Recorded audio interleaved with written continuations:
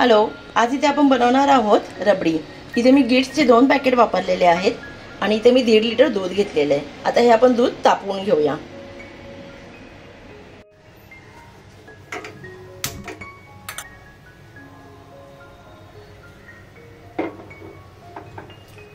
दूध इथे आपल्याला मीडियम गॅसवरती तापवायचं आहे, तर गॅस आपण मीडियम करूया। आता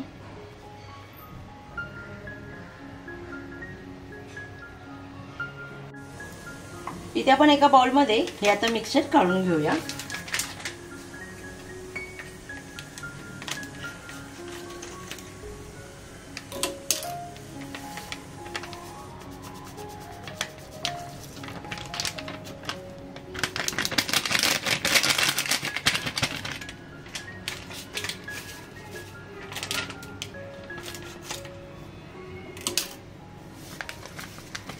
दोन्ही मिक्सचर आपण ह्याच्यामध्ये काढून घेतलेले आहेत बाउल मध्ये।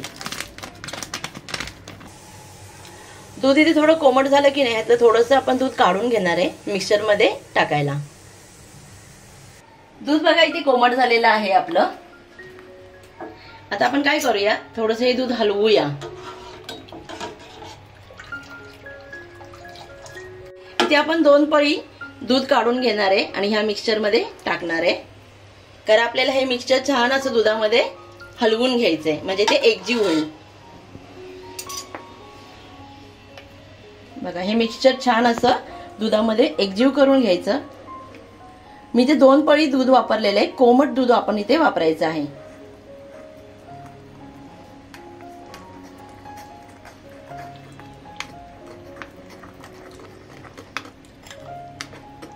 बघा असं म्हणजे मिक्स करून घ्यायचं, म्हणजे याच्या गुठळ्या होत नाही। दुधामध्ये डायरेक्ट टाकायचं नाही हे मिक्सचर। बघा छान असं इथे मिक्सचर तयार झालेलं आहे। दूध इथे छान गरम होतंय।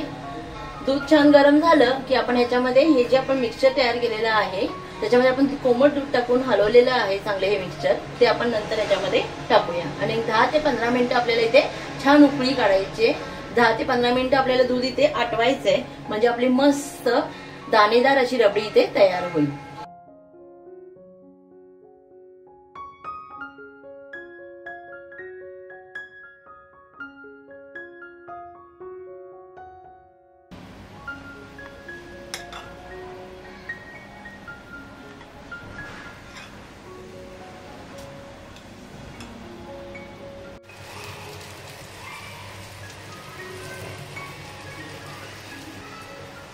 बघा दूध इथे छान असं उकळलेलं आहे, छान उकळी येऊन दिलेली आपण दुधाला। इथे थोडंसं हलवून घेऊया। दुधाला जेव्हा उकळी येते ना त्याचा जे सुवास असतो ना, सुगंध असतो ना, तो एकदम अप्रतिम असतो। जेव्हा मी किचन मध्ये दूध तापवायला ठेवते आणि मी हॉल मध्ये बसलेली असते आमच्या, तरी पण तिथपर्यंत हा सुगंध आहे ना त्याचा दरवळतो जेव्हा दूध उकळतं चांगलं। छान असं दूध इथे गरम झालेलं आहे, उकळलेलं आहे म्हणा। आता आपण ह्याच्यामध्ये हे मिक्सचर टाकून घेऊया।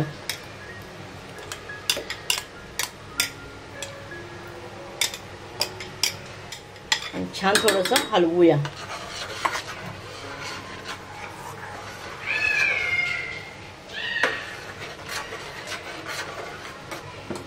बघा लगेच ह्याला आता कलर पण किती मस्त असा आलेला आहे।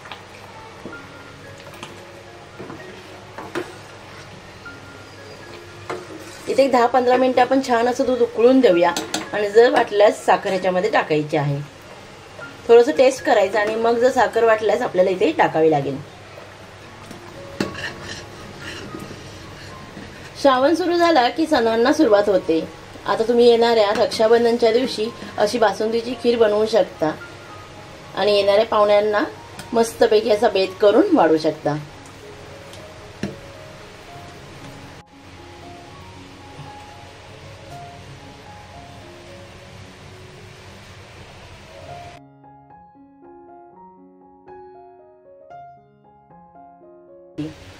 बाकी ती मस्त अशी उकळी आलेली आहे।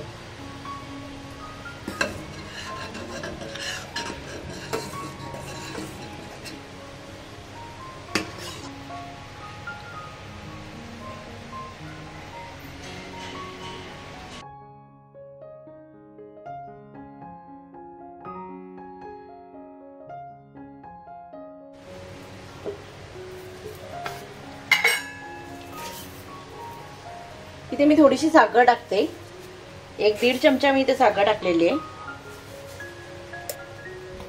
थोडं उकळून घ्यायचं म्हणजे साखर छान वितळेल. बघा इथे रबडी छान अशी घटसर झालेली आहे. ती थंड झाल्यावर अजून दाटसर होईल. आपल्याला इथे नॉर्मल टेम्परेचरवरती हिला थंड करायची आता आणि अर्धा एक तासभर फ्रीज मध्ये ठेवायचे म्हणजे छान अशी मिळून येईल. छान अशी उकळी आलेली आहे.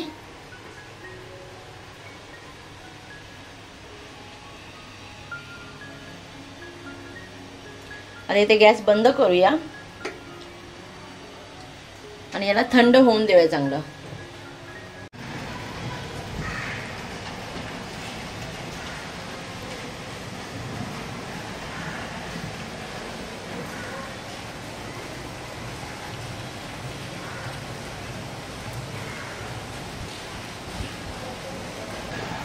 बघा इथे रबडी छान अशी थंड झालेली आहे.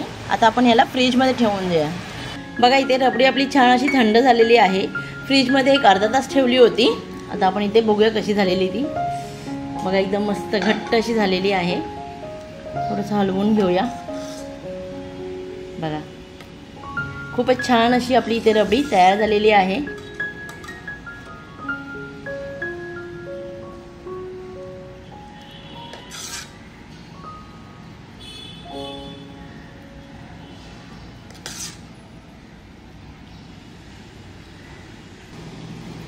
इथे आपण थोडे ड्रायफ्रूट क्रश करून टाकूया.